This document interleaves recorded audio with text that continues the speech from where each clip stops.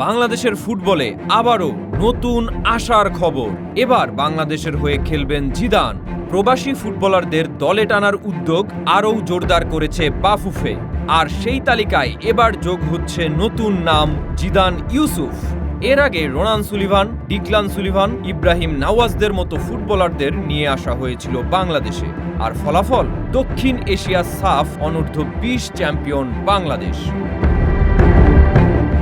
সম্প্রতি সাফ অনূর্ধ্ব-20 চ্যাম্পিয়নশিপে শিরোপা ধরে রাখার সাফল্য নতুন করে আত্মবিশ্বাস জুগিয়েছে বাংলাদেশকে। এই সাফল্যের ধারাবাহিকতা ধরে রাখতে এবার লক্ষ্য এশিয়ার বড় মঞ্চ। আর সেই লক্ষ্য পূরণে দেশের বাইরে বেড়ে ওঠা প্রতিভাবান ফুটবলারদের দলে নেওয়ার পরিকল্পনা আরও জোরালো করতে যাচ্ছে বাফুফে।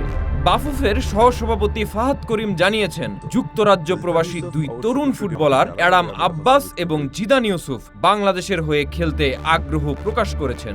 সামনে থাকা এশিয়ান অনূর্ধ্ব-20 কাপ বাছাইকে সামনে রেখে তাদের ক্যাম্পে নেওয়ার পরিকল্পনা করা হচ্ছে। অ্যাডাম আব্বাস বয়স 19, একজন রাইট উইঙ্গার। তার রয়েছে ইংল্যান্ডের শীর্ষ ক্লাবের বয়সভিত্তিক দলে খেলার অভিজ্ঞতা।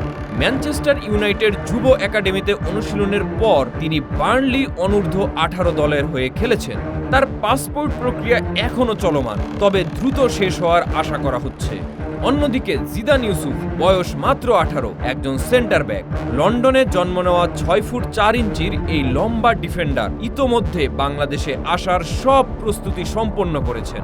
তিনি বর্তমানে একটি ক্লাবের মূল দলে খেলছেন এবং তার পারফরম্যান্স নিয়েও বেজায় খুশি বাফুফে। খুব শিগগিরই তাকে ডাকা হতে পারে দলে। সব মিলিয়ে প্রবাসী ফুটবলারদের নিয়ে নতুন পরিকল্পনা বাংলাদেশের ফুটবলে বড় পরিবর্তনের ইঙ্গিত দিচ্ছে। তরুণদের সাফল্যকে ভিত্তি করে এবার আন্তর্জাতিক মঞ্চে নিজেদের শক্তি প্রমাণ করতে চায় বাংলাদেশ।